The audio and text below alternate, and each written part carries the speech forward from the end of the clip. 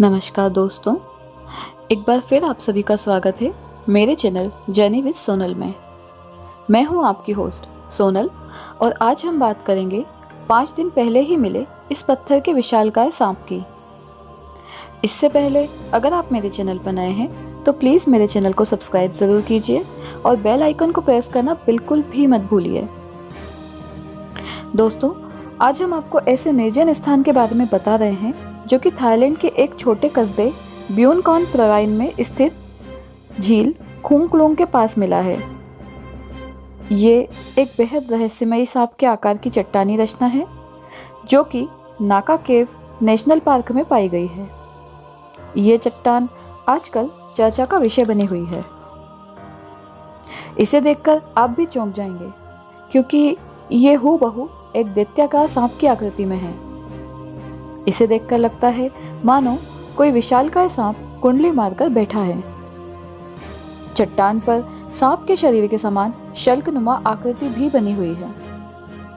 इस पर सांप की त्वचा की बनावट एकदम सजीव उकरी हुई है, जैसे कि सच में कोई सांप पत्थर का बन गया हो। यहाँ के स्थानीय लोग इसे शापित राजा उलियो बता रहे हैं। इस चट्टान से जुड़ी एक बहुत ही दिलचस्प कहानी है जो कि कुछ इस तरह है। खुंगलुंग लेक के पास कई सदियों पहले एक राज्य हुआ करता था जिसका नाम रत्तप्पा नाखेन था और उसके राजा थे किंग उलियू। इनकी पत्नी का नाम था गैंगलिया और बेटी का नाम कियोफॉन था, जिसकी शादी संपन्नता से हुई। संपन्नता और कियोकॉन का एक पुत्र था फाहुंग। फाहुंग एक बहुत ही बुद्धिमान और आकर्षक व्यक्तित्व वाला इंसान था। एक बार फाहुंग की मुलाकात एक बेहद खूबसूरत लड़की से हुई जिसका नाम था नाकारंतरानी। नाकारंतरानी की खूबसूरती में एक जादुई सा आकर्षण था। उसे देखते ही फाहुंग को उससे प्यार हो गया। फाहुंग ने नाकारंतरानी के सामने शादी का प्रस्ताव रखा, जिसे नाकारंतरानी ने खुशी खुशी स्वीकार कर लिया। बहुत खुश थी वो, लेकिन नाकारंतरानी का एक ऐसा सच भी था जिसे उसने सबसे छुपा के रखा था। दरअसल वो नागलोक के राजा की बेटी और एक नाग कन्या थी।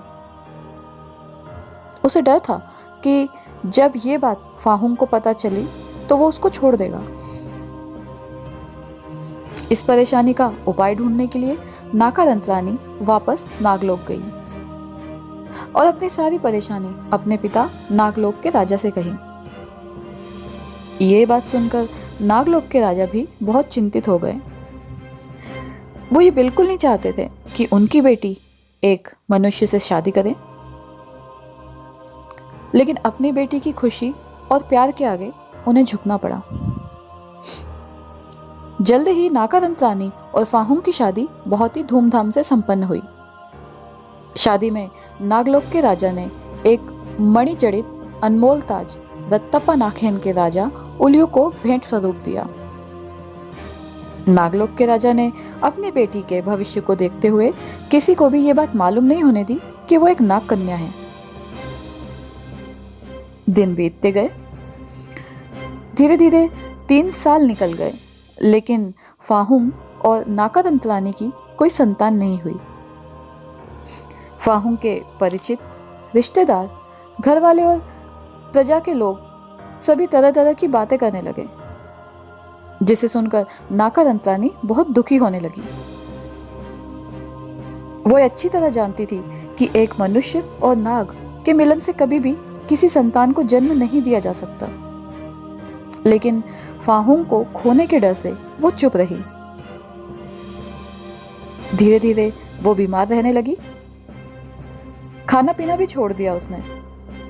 अकेले घंटों बैठी रोती रहती थी। एक दिन उसने ये निर्णय लिया कि वो नागलोक अपने पिता के पास वापस लौट जाएगी। ये सोचकर उसने खुद को मनुष्य से नाग के रूप में परिवर्तित करने की कोशिश की, लेकिन बेहद कमजोर हो जाने के कारण वो रूप बदलने में असमर्थ रही।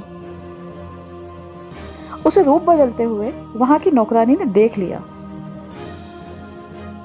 वो वहां से डर के भाग गई और जाकर फाहूम और राजा को सब कुछ बता दिया। राजा और फाहूम इस धोखे के बारे में जानकर बहुत गुस्सा हुए और नागलोक के राजा को पत्र लिखकर कहा कि आपने हमारे साथ धोखा किया है, आप अपनी कन्या को यहाँ से तुरंत ले जाइए। जब नागराज को अपनी पुत्री की इस स्थिति के बारे में मालूम हुआ तो वो बहुत ही ज्यादा क्रोधित हुए और नागादंत रानी को लेने के लिए निकल पड़े। उसे वापस ले जाते समय नागराज ने राजा उल्यू से अपना वो ताज मांगा, लेकिन राजा उल्यू ने लालच के कारण उन्हें वो मणि जड़ित राज देने से मना कर दिया। ये सुनकर नागलोक के राजा का गुस्सा 7वें आसमान पर पहुंच गया। उसने राजा उल्यू से कहा कि वो वापस आएगा अपनी पूरी सेना के साथ रत्तापा नाखेन राज्य का नामो निशान मिटाने। और अपनी कही बात के अनुसार नागलोक के राजा ने रत्तापा नाखेन राज्य पर आक्रमण कर दिया। नागलोक की शक्तियों के आगे राजा उल्यू नहीं टिक पाया। नागराज ने अपनी अलौकिक शक्ति से पूरे राज्य को पानी में डुबा दिया और राजा उल्यू को पत्थर का सांप बनाते हुए ये श्राप दिया कि तुम हमारी नागमणि को हमसे छीनने की कोशिश कर रहे थे, लेकिन अब तुम स्वयं पत्थर का नाग बनके हमारी नागमणि की रक्षा करोगे। वहां के लोग कहते हैं कि यह पत्थर का विशालकाय सांप राजा उल्यू है, जो कि उस मणि की आज भी रक्षा कर रहा है और पास ही स्थित झील में उसका पूरा राज्य डूबा हुआ है। कुछ लोग इस चट्टान को समुद्र मंथन के वासुकी सांप की आकृति बता रहे हैं, जो कि पूरी तरह गलत है। नागादंत रानी और फाहूम की ये कहानी कितनी सच है और कितनी झूठ, ये तो हम नहीं जानते, लेकिन इस विस्मयकारी पत्थर के सांप को देखकर नागलोक के होने का एहसास जरूर होता है। आज बस इतना ही। आशा है कि ये जानकारी आपको पसंद आई होगी। आपसे जल्द मुलाकात होगी ऐसे ही किसी दिलचस्प किस्से के साथ। तब तक के लिए नमस्कार।